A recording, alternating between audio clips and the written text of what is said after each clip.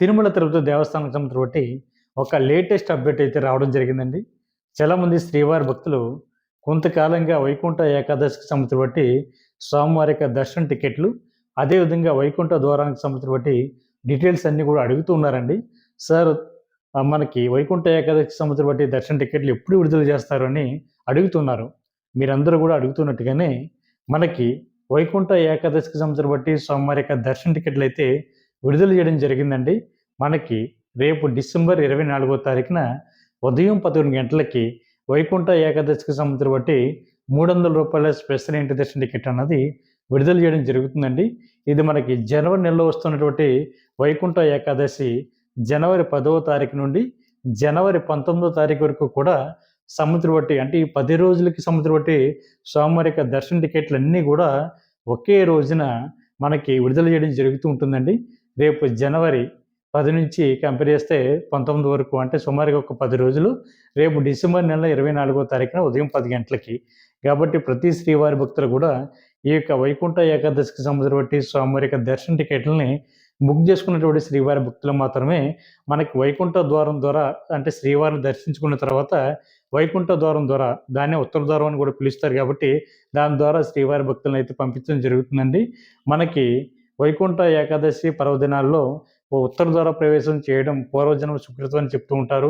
అదేవిధంగా వైకుంఠ ప్రాప్తి కూడా కలుగుతుందని చెప్తుంటారు కాబట్టి సమస్త పాపాలన్నీ కూడా వైకుంఠ ఏకాదశి రోజున తొలగిపోతాయి అని చాలామంది హిందువులు భావిస్తూ ఉంటారు కాబట్టి ప్రతి ఒక్కరు కూడా వైష్ణవ ఆలయాల్లో వైకుంఠ ద్వార ప్రవేశం చేయడానికి ఎంతగానో ఎదురు చూస్తూ ఉంటారు కాబట్టి మీరందరూ కూడా తిరుమల తిరుపతి దేవస్థానానికి సంబంధించి బట్టి ఈ యొక్క వైకుంఠ ఏకాదశి పర్వదినానికి సంబంధించి బట్టి ఈ 10 రోజుల దర్శన టికెట్లని మీరు ఆన్లైన్లో బుక్ చేసుకునేటువంటి ప్రయత్నం చేయండి.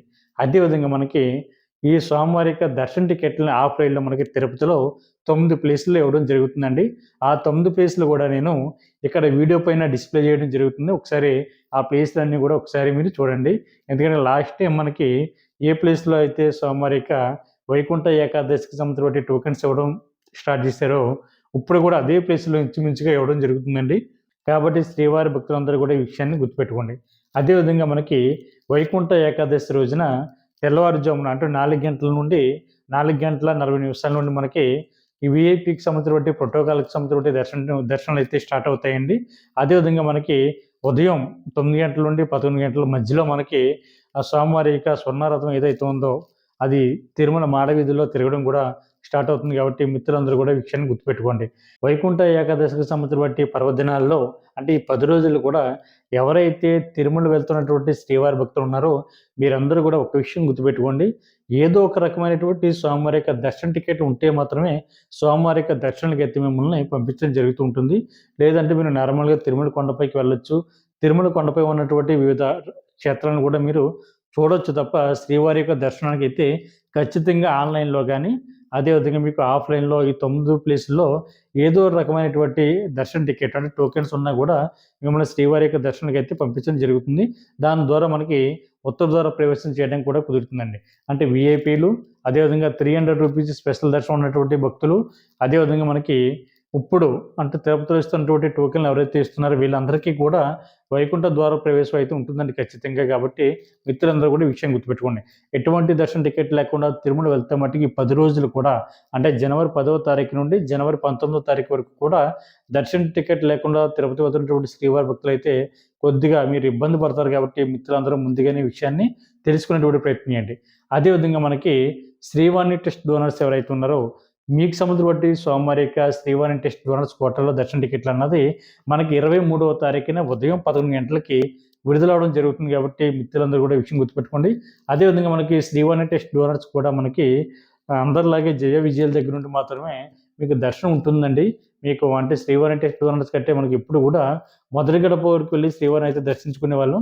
ఇప్పుడైతే ఆ విధంగా ఉండదు. ఈ వైకుంఠ ఏకాదశి 10 రోజులు కూడా అందరిలాగే జయ విజయాల దగ్గర నుండి మాత్రమే మీరు దర్శించుకుని రావాల్సి ఉంటుంది కాబట్టి మీరందరూ కూడా ఈ విషయాన్ని గుర్తుపెట్టుకోండి. అదేవిధంగా మనకి వైకుంఠ ఏకాదశి 10 రోజుల్లో కూడా కొన్ని రకాల స్వామివారి యొక్క దర్శనాలు అయితే రద్దు చేయడం జరిగిందండి. అవి ఒకటొకటిగా నేను మీతో చెప్పేటువంటి ప్రయత్నం చేస్తాను.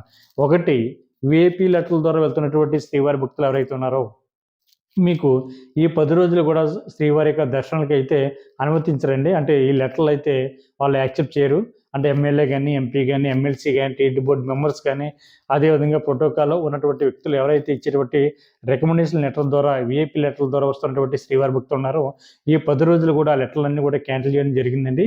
కాబట్టి మీరు కూడా స్వామివారికి దర్శన టికెట్లు ముందుగానే బుక్ చేసుకుని రావాల్సి ఉంటుంది.